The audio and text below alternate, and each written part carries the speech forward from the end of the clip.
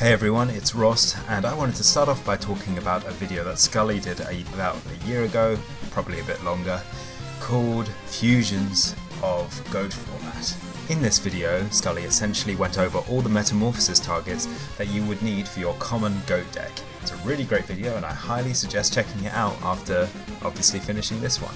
The purpose of this video is to explore if the extra deck can offer more than just metamorphosis targets, and also go through the specific decks that use specific fusion monsters.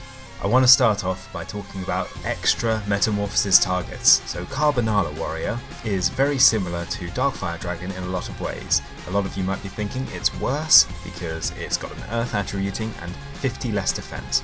I'm just going to jump right to it and say that Carbonala Warrior counters two specific cards that you might go against no matter how unlikely they are, and those cards are Gaia Power and Mindless Radiance.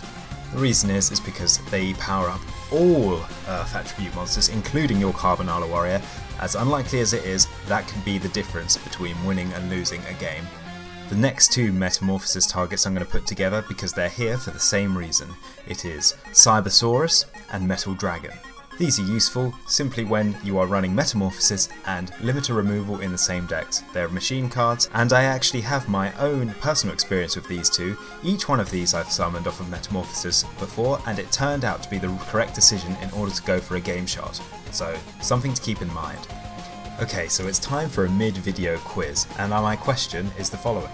You are deck building your Chaos Turbo deck and you are not running Metamorphosis, and you have also had to cut Snatch Steel. You can only afford one fusion monster for your extra deck, so which monster do you get and why?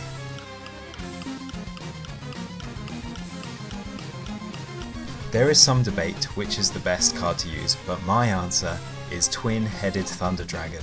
Is the perfect counter for Fusion Gate. The reasoning is quite simple.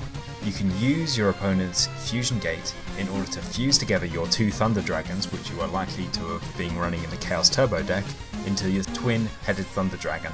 I have already mentioned Tattling Gerbo, but what other decks can be used with Fusion Gate? Well, there's this Dark Paladin deck which turbos out the Dark Paladin and then it will discard its cards to negate spells, and use Dimension Fusion to bring back Dark Magician, your Buster Bladers, etc.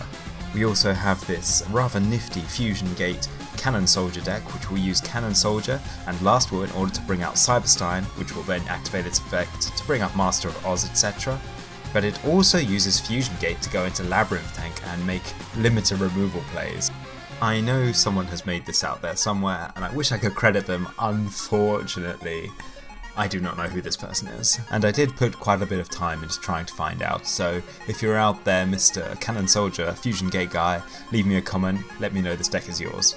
The last fusions I want to cover in this video are the XYZ Dragon Cannons.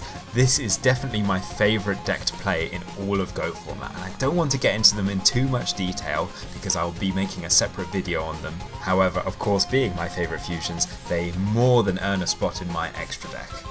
This video, and indeed its predecessor before that Scully made, are kind of indications of where you should be putting your money to the fusion deck. However, this is not really applicable with Dueling Book because it has this brand new feature which allows you to add fusions to the extra deck.